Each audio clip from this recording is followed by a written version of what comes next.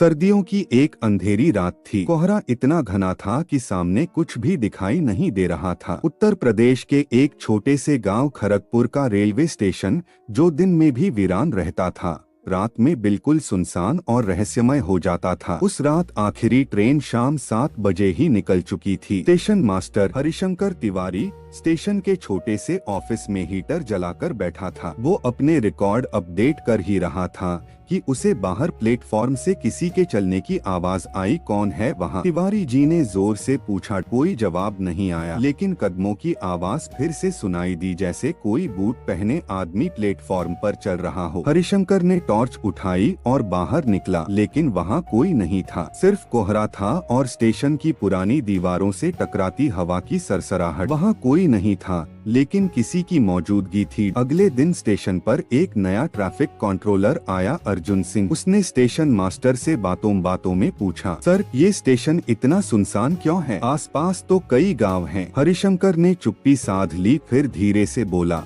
अर्जुन, ये स्टेशन आम स्टेशन नहीं है। यहाँ कुछ है जो दिखाई नहीं देता, लेकिन मौजूद है। अर्जुन ने हंसते हुए कहा, मतलब भूत की बात कर रहे हैं? हरिशंकर गंभीर हो गया। तुम्हें हंसी आ रही है, लेकिन 20 साल पहले जो हुआ था उसे आज भी कोई नहीं भूला। 20 साल पहले इसी स्टेशन पर एक बड़ा हादसा हुआ था। एक तेज रफ्तार ट्रेन शालीमार एक्सप्रेस किसी कारणवश निर्धारित समय से 3 घंटे पहले पहुंच गई। स्टेशन मास्टर और सिग्नल मैन को इसकी जानकारी नहीं थी। उसी समय पटरी पर एक मालगाड़ी की सफाई चल रही थी। तेज रफ्तार शालीमार एक्सप्रेस सीधे जाकर मालगाड़ी से टकरा गई। 40 लोग मारे गए, कई के शरीर टुकड़ों में बंट गए। सबसे दुखद बात यह थी कि ट्रेन ड्राइवर विजय पांडे खुद स्टेशन मास्टर को सूचना देने के लिए वायरलेस पर कॉल कर रहा था, लेकिन तकनीकी खराबी के कारण उसका संदेश नहीं पहुंच सका। उस दिन के बाद से लोग कहते हैं कि विजय की आत्मा आज भी स्टेशन पर भटकती है। अर्जुन सिंह को यह सब अंधविश्वास लगा, लेकिन कुछ ही रातों बाद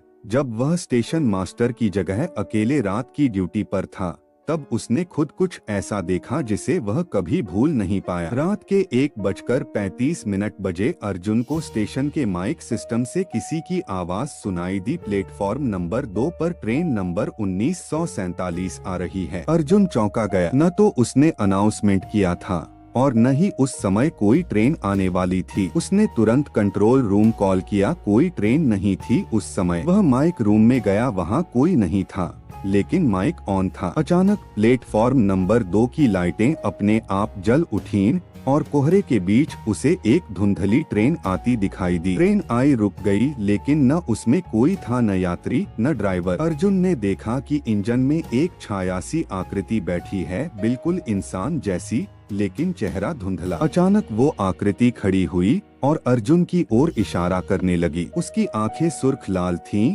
और होंठ बुदबुदा रहे थे, जैसे कुछ कह रही हो। अर्जुन डर के मारे पीछे हट गया। तभी एक जोरदार आवाज आई, मैंने चेतावनी दी थी। अर्जुन बेहोश हो गया। जब वह सुबह उठा तो वह प्लेटफॉर्म पर अकेला पड़ा था। ट्रेन गायब थी। स्टेशन मास्टर हरिशंकर जब पहुंचा तो अर्जुन कांपते हुए सब कुछ बता रहा था। हरिशंकर ने बस इतना कहा, अब तुमने भी देख लिया। हरिशंकर ने बताया कि विजय पांडे की आत्मा इस स्टेशन पर फंसी है, क्योंकि उसकी मृत्यु के समय वह अपने कर्तव्य का पालन कर रहा था, लेकिन उसे समय पर सूचना देने नहीं दी गई। वह अब हर उस व्यक्ति को दिखता है जो स्टेशन पर अकेला होता है, ताकि वो अपने अंतिम संदेश को किसी तक पहुंचा सके। अर्जुन अब आत्मा से डरता नहीं था। उसने ठान लिया कि वो विजय की आत्मा को मुक्ति दिलाएगा। अर्जुन ने पुराना वायरलेस यंत्र ढूंढ निकाला, जिसे विजय अंतिम बार इस्तेमाल कर रहा था। उसने उसे ठीक किया और उस समय की बातचीत को रिकॉर्ड करने की कोशिश की। रात 1:35 बजे